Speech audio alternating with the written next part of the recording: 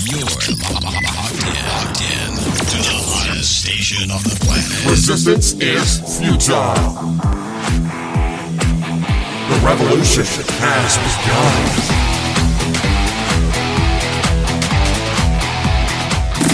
You're listening to Rebelpreneur Radio, helping you break the rules and build the business you need for the life you want. And now, broadcasting his pirate signal from somewhere beyond the status quo, here's your host, best-selling author, marketing and media strategist, Ralph Brogden.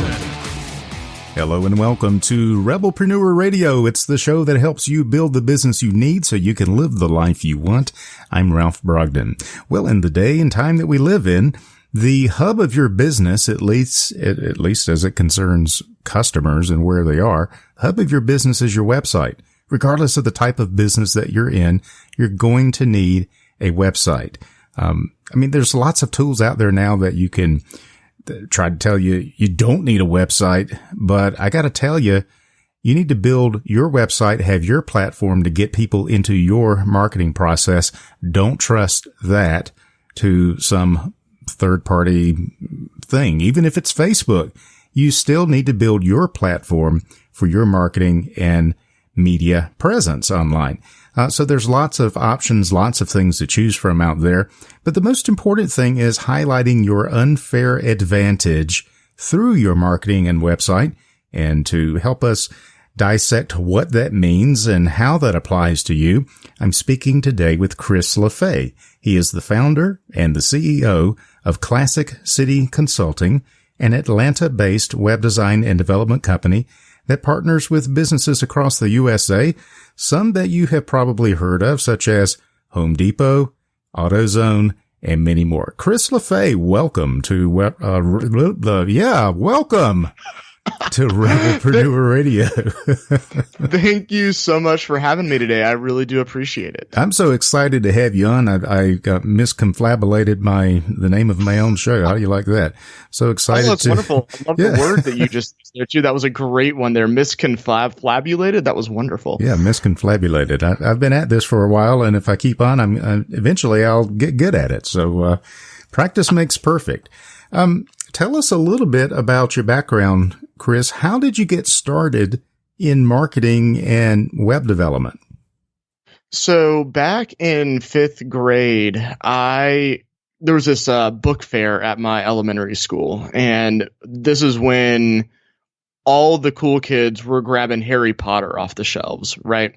So since I didn't really get into that at all, I grabbed this book off the shelf in fifth grade about how to build your own website, because for whatever reason, the little mouse on the front cover just looked so intriguing to me. No idea why, but that's apparently who I was in fifth grade. And apparently I knew what I wanted to do all the way back in elementary school. Sure. And so I grabbed this book. Me and my dad built this little computer for me. I built this website all about one of my favorite baseball players back in the day.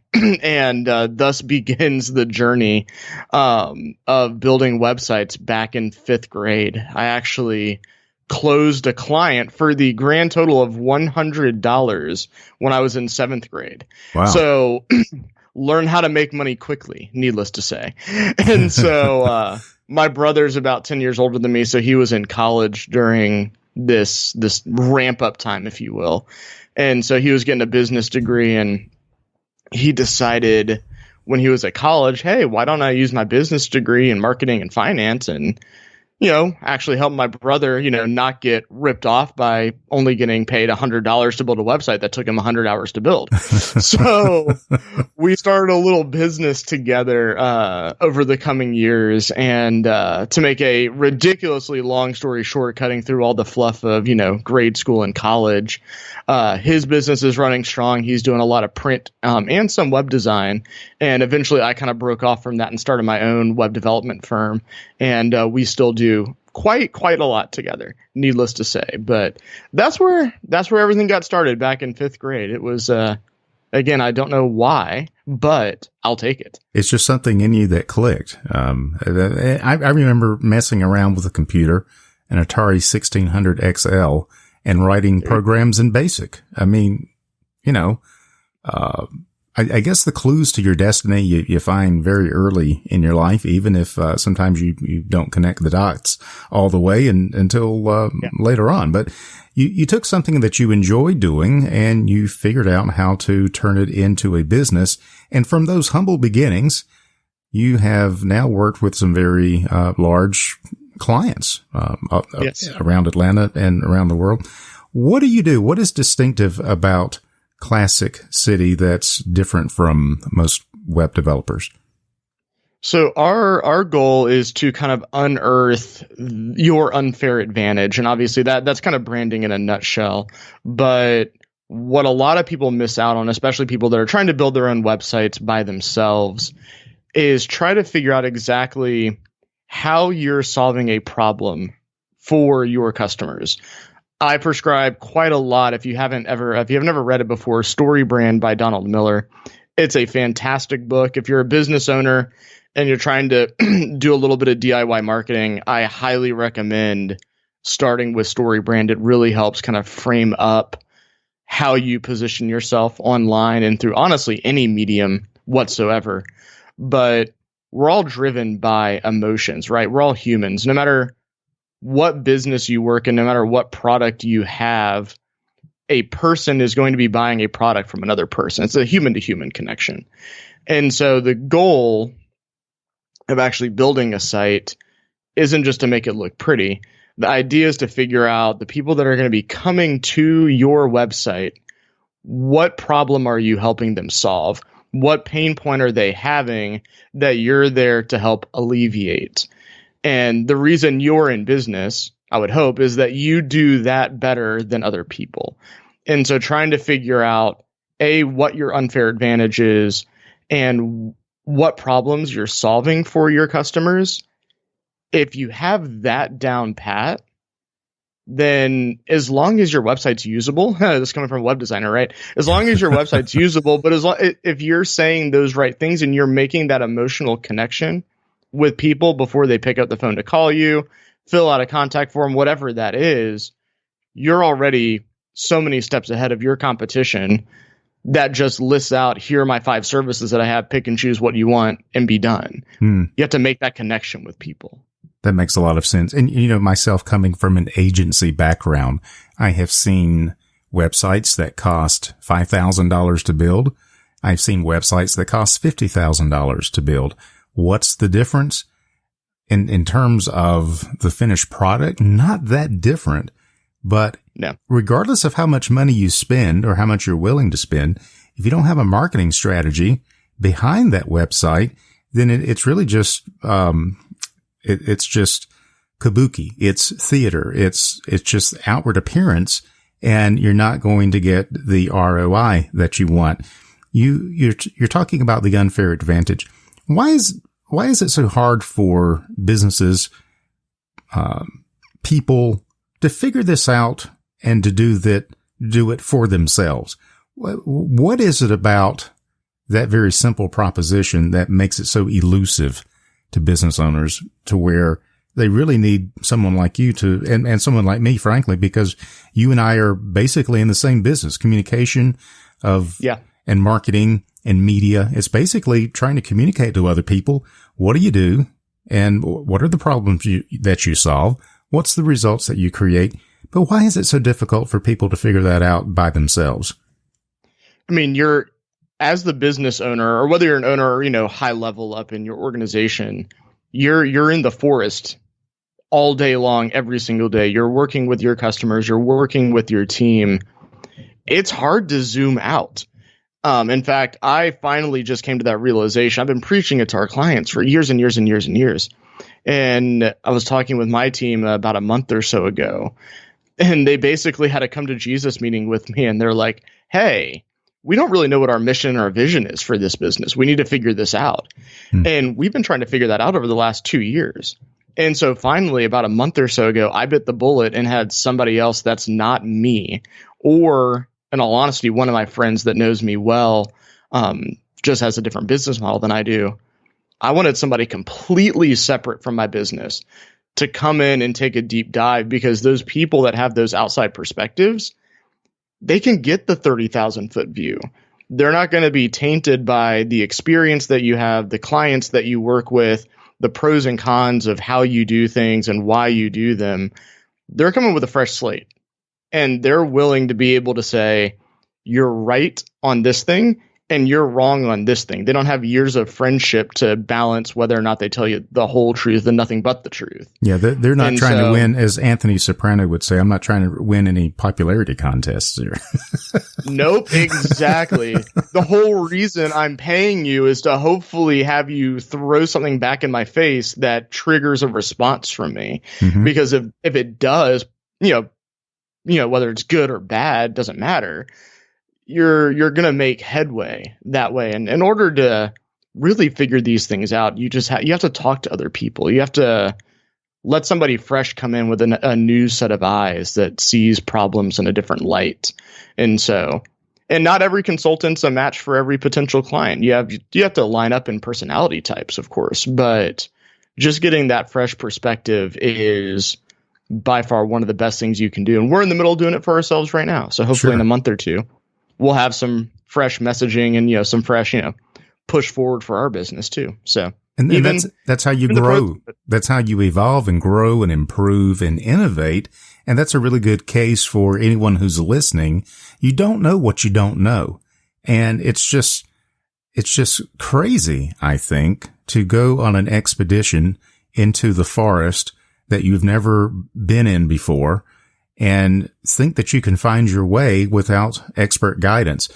So this really has broad application to every area of business, to getting the vision and the mission, the values, and then digging down deeper to who are the clients that we're trying to work with? What are the problems we solve and the results that we deliver? So then, having said that, Chris, what do you think is the biggest challenge with helping people to figure out what their unfair advantage is? If we're saying that this is the one thing that's going to set you apart, what's the big challenge? The biggest challenge is getting outside or away from the nitty gritty, meaning you're, especially, as a high level person in a business, you kind of have your hands over everything. You realize that your business is this plethora of different services that you can provide. And one of the hardest parts is to get somebody, we'll just say, sucked out of just looking at your business from a services model. We do 1, 2, 3, 4, 5, 6 different things. Mm-hmm. Getting out of that mindset is probably the biggest piece, because if you can view your business as, this is my brand. The brand is about you. The business is about you, the owner, the high-level executive, whoever it is. The brand has a personality no matter what. You don't go pay $6 for a Starbucks cup of coffee. You pay for the experience and the convenience that Starbucks provides. It's that brand image that they have been pushing out for decades now. And so trying to kind of take away that, remove the mentality of your business is your list of services. That's the hardest part. And if you can get that person kind of removed from that mindset, then you're going to have a lot easier time to make progress. And so that's one of the first things that we do, is we try to figure out, we try to tell people, this is what we think you're all about. Doesn't matter what your services are. You're going to have to define this internally anyway, but let me at least give you a starting point based on our conversations. You're not about XYZ services. The reason you personally roll out of bed every morning is for ABC reason, whatever that is. Don't even think about the services. And if you can get that person to have that mindset of, yes, this is why I roll out of bed every morning, this is why I do what I do, your services all fall under as just a means for that mission of whatever gets you up out of bed every morning. So the services are a means to an end. And a great example, because I've been going through this process myself, is, okay, I've got services, right? I do production, I do publishing, I do marketing, I do media and news releases. These are my services. But when you ask me, what is it that you do? If the best I can say is I do these things, then that's really nothing distinctive about that.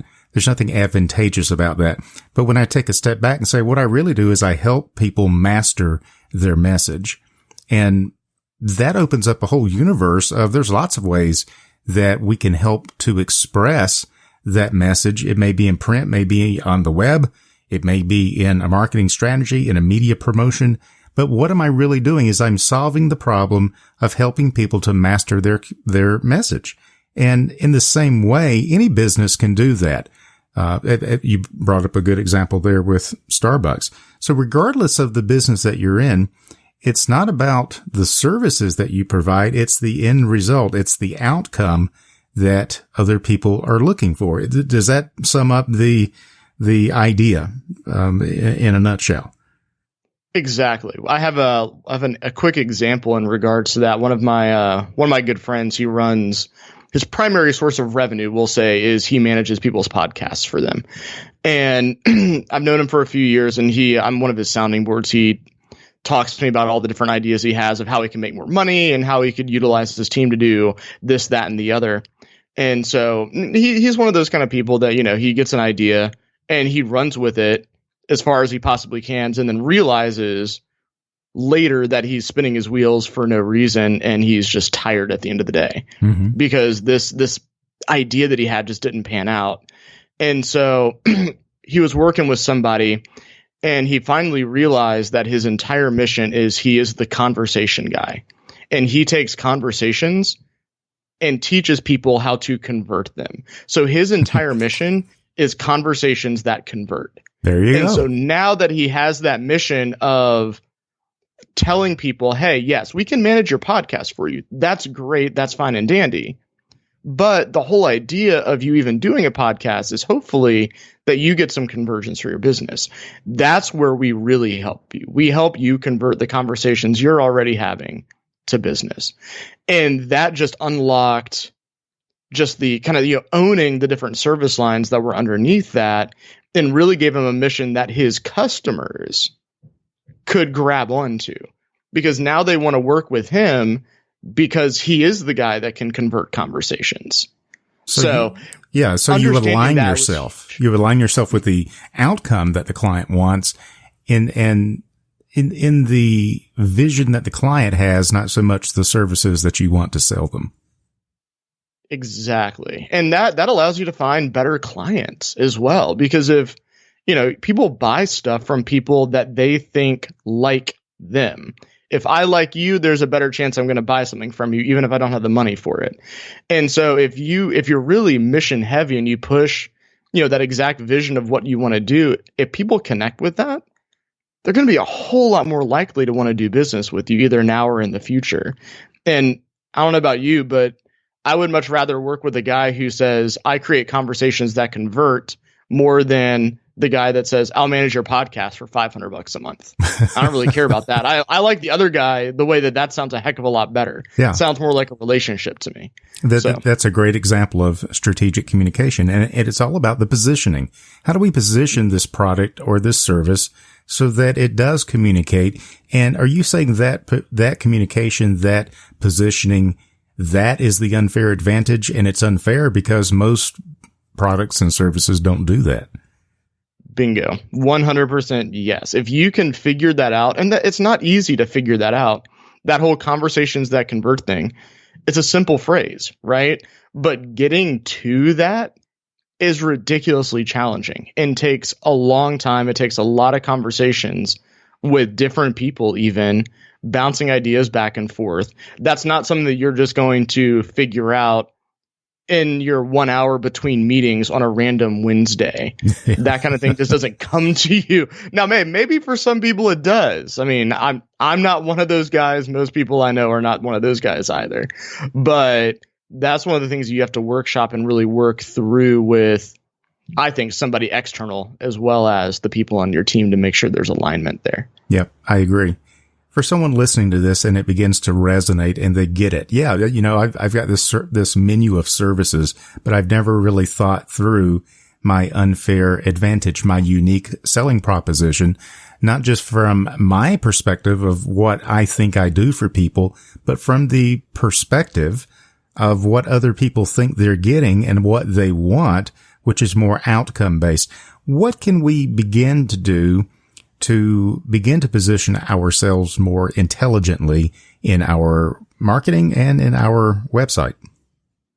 Ask your clients why they stay with you. And that's going to unlock a lot of what you want to hear. One of somebody on my team, actually not on my team, one of my contractors that work for me, they actually went through and read every single review that we have on Google and also on another site called Clutch, which is a lot more long-winded. And he put them all in a Google document and then started highlighting consistent and repeatable phrases. And then he sent that over to me and said, this is what your customers are saying about you. And I've read these reviews. I've read them all. I've never read them back to back to back to back to back and actually analyzed them at all. But when we were working through some of our branding, starting last month, that's one of the things that we looked at the very beginning was, what are our customers saying? Because what they're saying is true. What we think they're saying without looking at it is just our perception of reality, and that's false. Yeah. And so we wanted to start with, hey, what are our customers saying to us? Because that's what matters. And if they're saying things that we don't like, I mean, they could be positive, but it might not fit in line with our vision, then that means we need to do a better job of talking through our vision with our customers. But if the words that they're saying are in alignment with the direction that you're going, that's just extra gas to push on the ignition right there. So that's where I would start. And also reading that Story Brand book as well. Once you have a little bit of a foundation, it's a great book. I cannot recommend it anymore. I love that. And, I mean, it's the age old debate around any marketing meeting of what should we do? And somebody says, I like this, and someone else says, I don't like that. And it becomes a big debate back and forth. And the answer is nobody is right. Nobody is wrong. The answer is the market will tell you what is truth.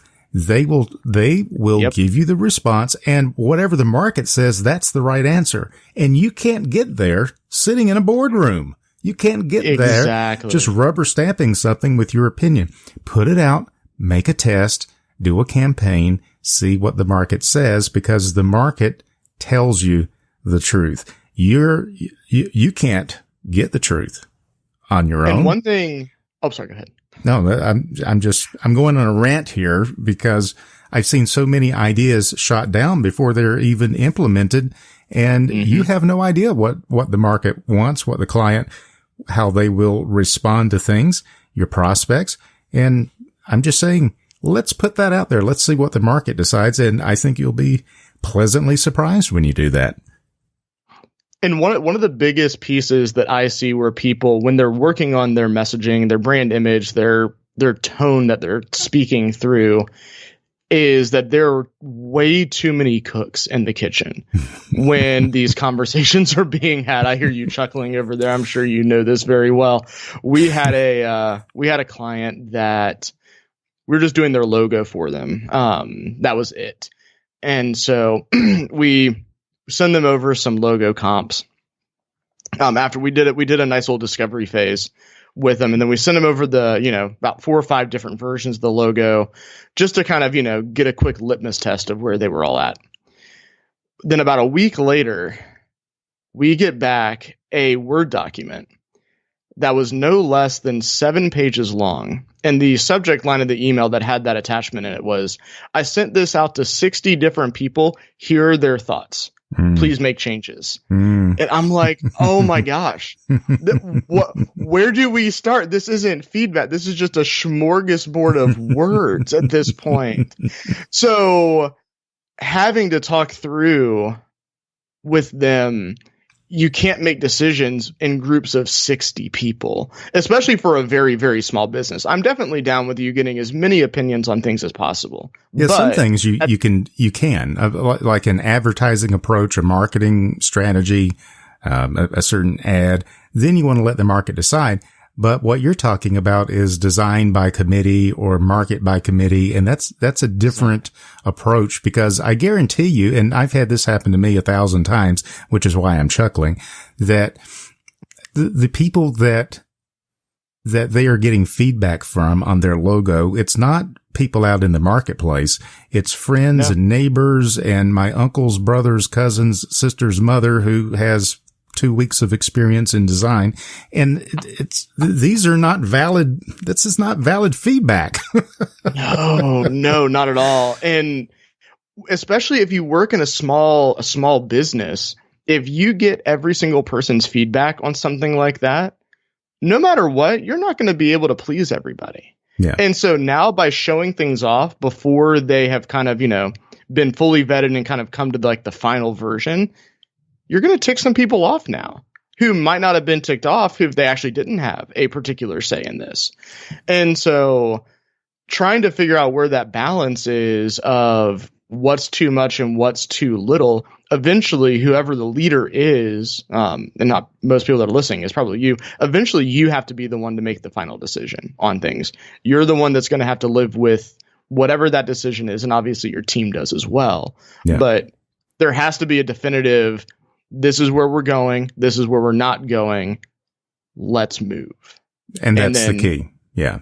And that's the key. Make the decision and take some action, but get moving towards something that's productive and actually something that is solving a problem for somebody. Yeah. And, obsessing over your logo is not solving a problem for a client or a customer.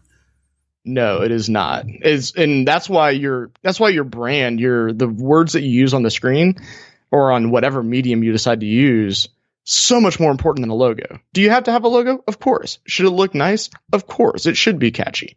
But your logo isn't going to be what sells your business.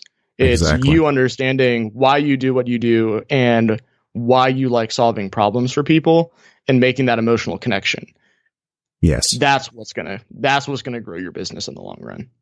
Chris, you've got a lot of interesting projects and clients that you work with. What are you working on right now that's got you really excited that you'd like to share with our listeners? We're actually in a crazy time right now. We're building things like crazy. We're going from marketing sites to calculating applications to blog posting strategies. There's not really one thing in particular that we're working on right now that's like crazy exciting. But we are working on a couple of our partners' websites at the moment who we do a lot of co-business with each other. And so we're in the middle of designing and launching their sites, and those kind of people that give you kind of free reign to design and develop however you want to, because that inherent trust that's there, those are always a lot of fun. And so with our two partners that we're building out sites for right now, we have basically had free reign to do whatever we wanted to from a design side of things. And so they're going to be very happy with the end result. And so we're pretty excited when those go live in a few months. That sounds like fun. It's been good. Yeah. And I heard that you're starting up a podcast, or you've got something coming up with a podcast. Yeah, we launched about a month ago, Chat with Leaders. And so we're launching 2 episodes a week there where I just get to talk to really interesting people about their stories in leadership and problems that they've faced and how they've overcome them. So it's been a lot of fun. Hosting a podcast is definitely a lot different for me. I've never done anything like it before. So I'm learning very quickly what I'm good and what I'm bad at. And I'm, learning and adjusting and making myself a little bit better every day. That's like I said, if you keep doing it every day, eventually you'll get good. Eventually I will be able to pronounce the name of my own show. That would be a helpful thing. Yes. At least I've got a catchy music, to keep people. If, I have an announcer that can do it when I'm too wore out to remember my own name, much less the name of my podcast. Well, this has been real fun and kind of a trip down memory lane as we think about all of our battle scars in the creative side of working with clients. It's very challenging. It's also very rewarding. And so I appreciate your insight as we learn how to highlight the unfair advantage that everyone has. And I do believe everyone listening to me right now, you have an unfair advantage. But if you don't communicate that clearly to other people, they cannot take advantage of the value that you offer. And so they miss out, and so do you. So I hope that you will take these things into consideration and go check out Chris LaFay at ClassicCity.com if you want to see some of the things that Chris and his team are working on. Very exciting. So, Chris, any final thoughts or words of wisdom that you'd like to leave our listeners with? Yeah, just during learning, with a lot of people learning how to work from home and things like that, just grace. Grace is one of the biggest things. This week has been, for me personally, just one where there's just been a lot of little tiny problems that have come up. And so a lot of our customers and clients have had a lot of grace with those particular issues. We all have them. They all come up. And so just constantly remembering just to extend just a little bit more grace than you thought you might have to at the beginning of the day, I think is something that we could all strive to live by. Excellent. Yeah, that's good advice. When all of my sites went down at once today, I could have used that advice. Oh, gosh. That sounds terrible, and I am so sorry. That's a sucky feeling, man. Yeah, fortunately, it only lasted for 4 hours, but, it seems like 4,000 years when you're in the middle of it.